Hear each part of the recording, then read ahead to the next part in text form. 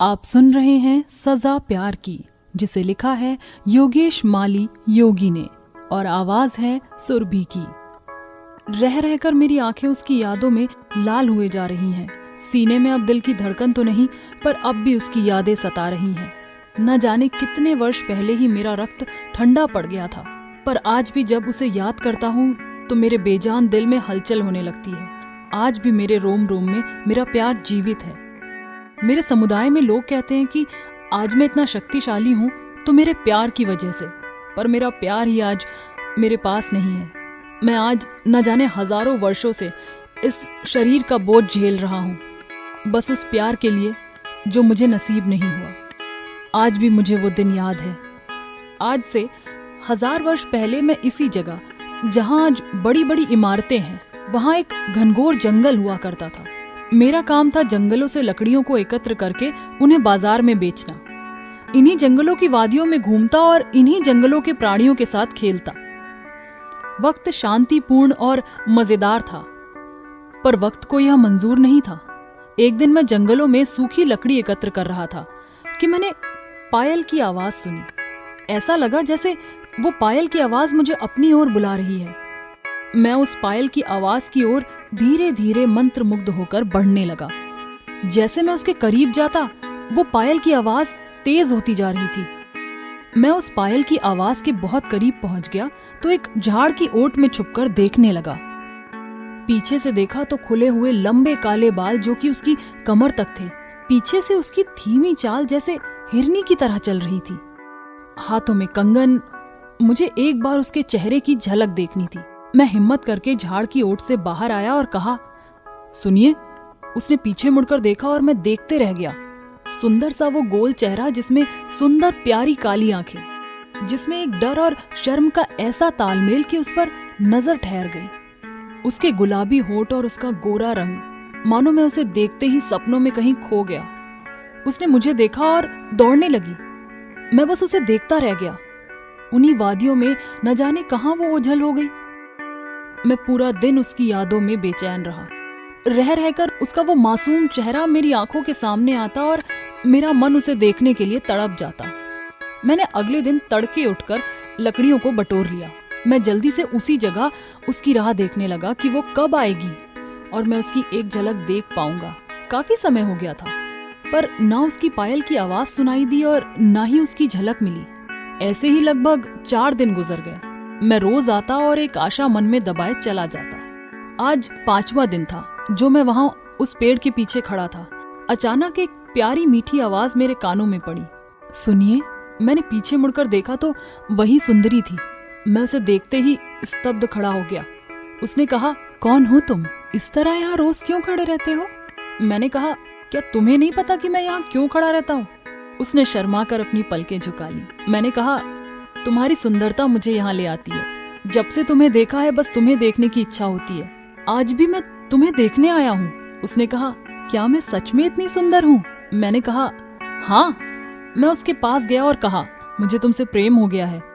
उसने कहा, मुझसे प्रेम करना इतना आसान नहीं है। मैं तो तुम्हारा नाम तक नहीं जानती। मैंने कहा, मेरा नाम योगेश्वर है। यहीं लकड़ी बटोरता हूँ और बाजार में बेचकर अपना गुजारा करता हूँ। लड़की ने कहा, मेरा नाम रुक्मणी है। मैं यहीं पास झील के किनारे बसे कबीले में रहती हूँ। मैंने कहा, क्या तुम मुझसे प्रेम करोगी? उसने कहा, मैं तुम पर मोहित हूँ, इसीलिए तो यहाँ आई। मैं भी तुमसे प्रेम करती हूँ, पर। मैंने कहा, पर क्या? उसने कहा, हमारे कबीले का ये रिवाज है कि हमें अपने ही कबीले के लड़के से विवाह करना होता है। हमें प्रेम करने की अनुमति नहीं है। मैंने कहा, प्रेम कभी किसी की अनुमति का मोहताज नहीं, वो तो बस हो जाता है। प्रेम का कोई रिवाज नहीं हो सकता। मैं तुमसे बहुत प्रेम करता हूँ और अब हमें कोई अलग नहीं कर सकता। मैं तुम्हारे लिए अपनी जान को भी त्याग सकता हूँ।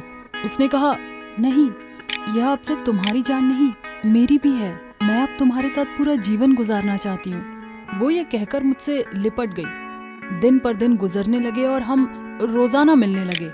पहाड़ों, झरनों और इन वादियों में हम घूमने लगे। यह सभी हमारे प्रेम के साक्षी थे। हम बहुत खुशी खुशी अपना जीवन व्यतीत कर रहे थे। पर कहते हैं ना कि खुशियां ज्यादा दिन तक नहीं रहती। वैसा ही एक दिन हमारे लिए भी तय था।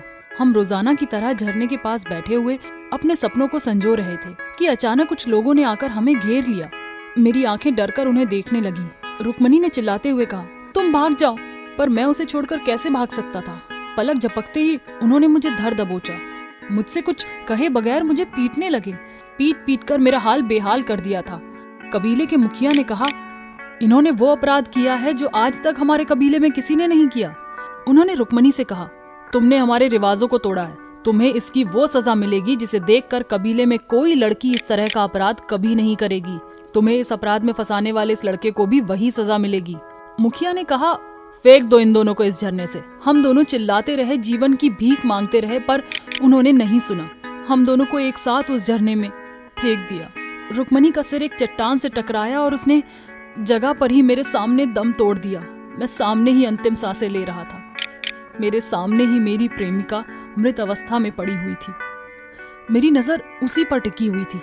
मैं अपनी अंतिम सांस लेता कि कुछ लोग वहां आ पहुंचे। मुझे उठाकर वह एक गुफा में ले गए। सभी के चेहरे ढके हुए थे। मेरे सीने पर हाथ रखकर न जाने किस प्रकार का मंत्र पढ़ने लगे। मेरी आंखें बंद हो गई थी। न जाने कितने दिनों तक मैं ऐसे ही पड़ा रहा। पर जब मुझे होश आया और मैंने आंखें खोली तो वहां मेरे अलावा कोई नहीं था। मेरे बदन पर कोई चोट का निशान नहीं था। मैं पूरी तरह से स्वस्थ था। इतने दिनों से उसी गुफा में पड़ा रहा। जैसे ही मैं उस गुफा से बाहर आया तो मेरे शरीर पर वह सूर्य की रोशनी पड़ने लगी। उस सूर्य की रोशनी में एक अजब सी जला देने वाली चुभन थी। कुछ देर बाद मेरा शरीर चमकने लगा। जैसे ही वो चमक समाप्त हुई कि मुझे अब उस रोशनी से कोई फर्क नहीं पड़ रहा था। अब मैं सामान्य था, पर ना ही मुझे कोई भूख थी और ना ही कोई प्यास। उसी समय मेरे सामने एक भेड़िया आ गया। न जाने मुझे क्या हुआ कि मैं उसकी ओर झपट पड़ा। वो मुझे देखकर तेजी से दौड़ने लगा, पर पलक झपकते ही मैंने उसे पकड़ लिया। मुंह खोलते ही मेरे मुख से रक्त पिपासु दांत बाहर आ गए। मैंने अपने दांतों को उस भेड़िए के गर्दन पर गड़ा दिए। मैं उस भेड़िए के शरीर से पूरा रक्त पी गया। मैं समझ गया था कि अब मैं कोई इंसान नहीं बल्कि रक्त पीने वाला एक दरिंदा बन चुका हूँ। तब से लेकर आज तक दुनिया बदलती चली गई, पर मैं इस धरती पर ऐसे ही जीवित हूँ। मरने की चाहत है पर मार्ग पता नहीं। मेरे समुदाय के बहुत से ऐसे दरिंदे मुझे मिले जो दिन में बाहर नहीं निकलते, क्योंकि सूर्य की रोशनी को वो बर्दाश्त नहीं कर सकते और जलकर नष्ट हो जाएंगे। पर मेरे पास यह रास्ता भी नहीं था, क्योंकि मुझ पर सूर्य की रोशनी का कोई असर नहीं था। मैं सभी में बहुत तेज और शक्तिशाली था। मुझे मात देना किसी के बस में नहीं है। आज हर जगह ऊंची ऊंची इमारतें खड़ी हैं। वो जंगल और वादियां खो गई हैं, जहां से मैं और मेरी प्रेमिका को फेंका गया था। वो पहाड़ और वो झरना आज भी वैसा ही है। अब जंगल बहुत कम रह गया है। मैं आज भी अपनी प्रेमिका की याद में वहीं भटकता हूँ जहां हम जाया करते थे। उसके ना होते हुए भी उसका एहसास मुझे उस जगह पर होता है। मुझे भी मृत्यु मिली होती तो आज मरकर भी मैं उसके साथ होता।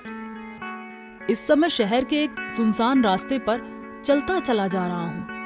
ना ही कोई इंसान दिख रहा है, ना ही कोई जानवर। जानवर तो मेरे साए से भी दूर रहते हैं और इंसानों से मैं दूर रहना पसंद करता हूँ, क्योंकि उनके रक्त की खुशबू मुझे अपनी ओर आकर्षित करती है।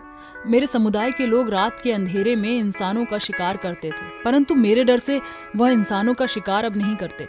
मैं उन्हें भी सिर्फ जानवरों का रक्त पीकर प्यास बुझाने के लिए कहता हूँ। बहुत से लोग हैं जो आज भी छुप छुप कर उनका शिकार करते हैं। इस समय रात के 2 बजे हैं और अचानक कुछ लोगों के दौड़ने की आवाज आई। मैंने यहाँ वहां मुड़कर देखा, पर कोई नहीं था।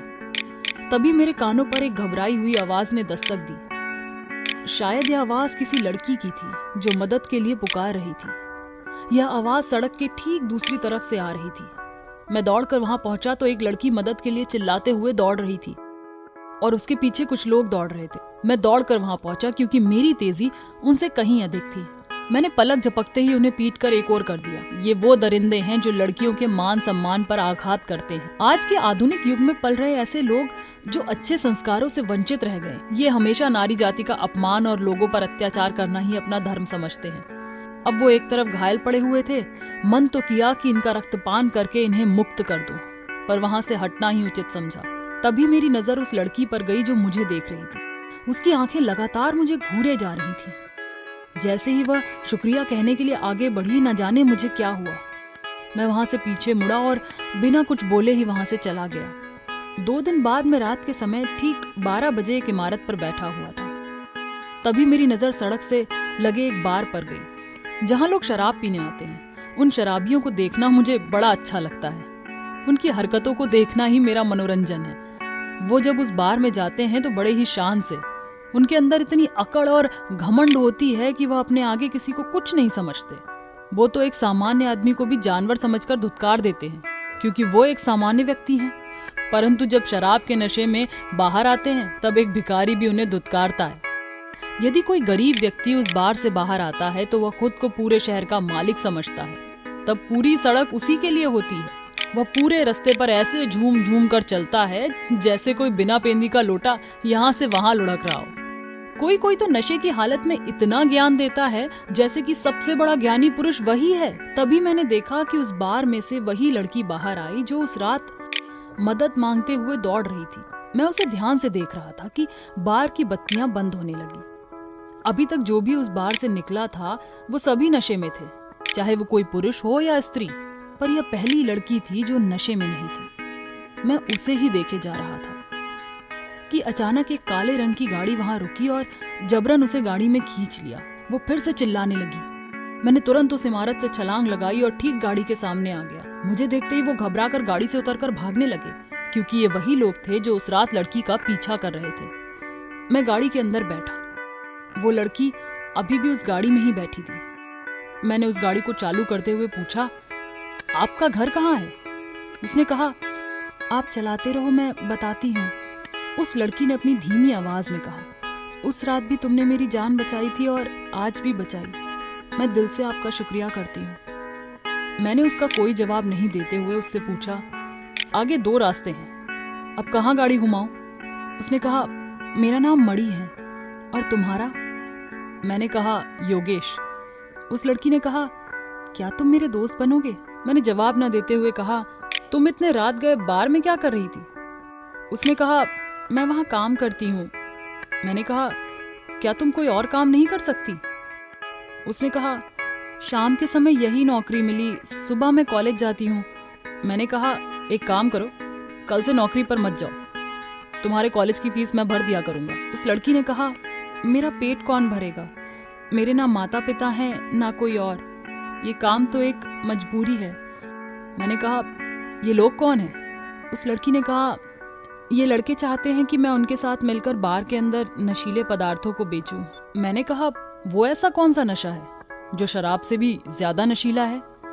उसने कहा, वो नशा नहीं है, एक जहर है जो मुझे उस बार में छुपकर बेचने के लिए मजबूर किया जा रहा है। उस नशे की वजह से नौजवान अपनी जिंदगी खराब कर लेते हैं और मौत की ओर बढ़ने लगते हैं। मैंने कहा, ठीक है, तुम उनका पता जानती हो? उसने कहा, हाँ जानती हूँ, पर क्यों पूछ रहे हो तुम? मैंने कहा, ताकि वो तुम्हें दोबारा परेशान ना करें। उसने कहा, तुम मेरे लिए इतना बड़ा खतरा अपने सर क्यों लेना चाहते हो?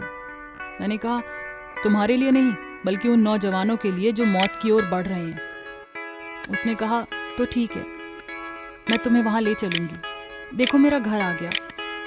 मैंने कहा, पर अभी तुम घर मत जाओ, तुम मेरे साथ अभी चलोगी जहां वो लोग रहते हैं। उसने कहा, पर क्यों, हम कल भी जा सकते हैं। मैंने कहा, मैं अगले दिन के लिए कोई काम बाकी नहीं रखता, तुम अभी चलो मेरे साथ। उसने कहा, ठीक है चलो। मैंने गाड़ी दूसरी ओर मोड़ी और उसके रास्ते पर चल पड़ा। उसने कहा, एक बात पूछूं? मैंने कहा, पूछो। उसने कहा, तुम अचानक गाड़ी के सामने कहां से कूदे?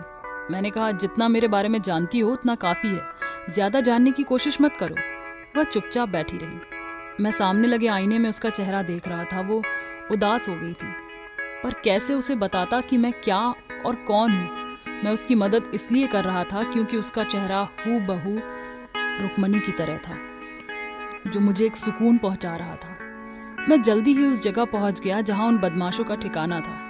मैंने गाड़ी खड़ी की और उसे गाड़ी में ही बैठने को कहा। मैं उस तंग गलियों से होता हुआ जब उस जगह पहुंचा तो नजारा बड़ा ही अजीब था। पुराना सा एक गोदाम जहां कई प्रकार की नशीली चीजें रखी हुई थी। वहां बहुत से लोग थे।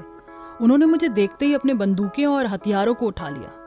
वे लोग मुझ पर गोलियां बरसाने लगे, पर मुझ पर गोलियों का कोई असर नहीं था। वो भयभीत हो गए। मैंने सभी को पीटा और उस जगह को आग लगा दी। सभी डरकर भाग गए थे, क्योंकि उन्हें पता चल गया था कि उनका पाला किसी सामान्य इंसान से नहीं पड़ा है। मैंने उस नशीली पदार्थों का व्यापार करने वाले मालिक को उसी जगह मार दिया। मैं फिर से उसी गाड़ी में आकर बैठ गया। उस लड़की ने कहा, हो गया तुम्हारा काम, खत्म कराए उन्हें, क्या तुम्हें डर नहीं लगता? मैंने कहा नहीं। उसने कहा, तुम्हें गोलियों से भी डर नहीं लगता? मैंने कहा नहीं। तुम्हें गोलियां भेद भी नहीं सकती, ऐसा क्यों?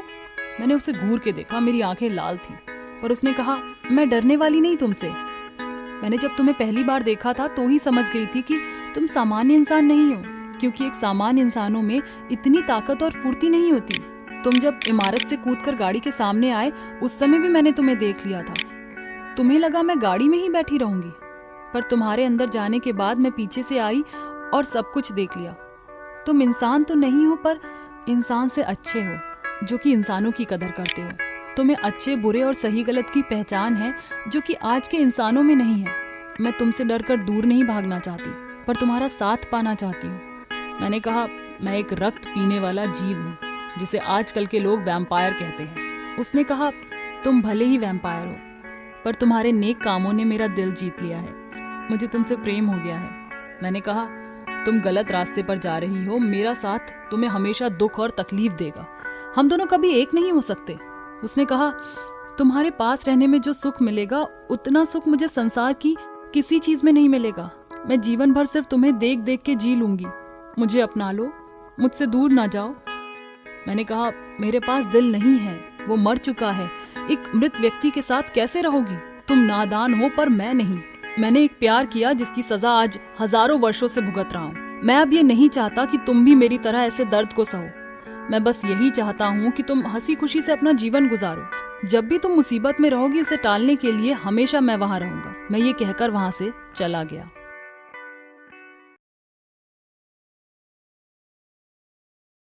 सब्सक्राइब कीजिए हमारे YouTube चैनल डिंग डंग डोंग को ऐसे ही मजेदार किस्से और कहानियाँ सुनने के लिए, और कमेंट करके बताएं ये वीडियो आपको कैसा लगा। अगर अच्छा लगा हो तो प्लीज एक लाइक कर दीजिए और शेयर कीजिए अपने दोस्तों के साथ।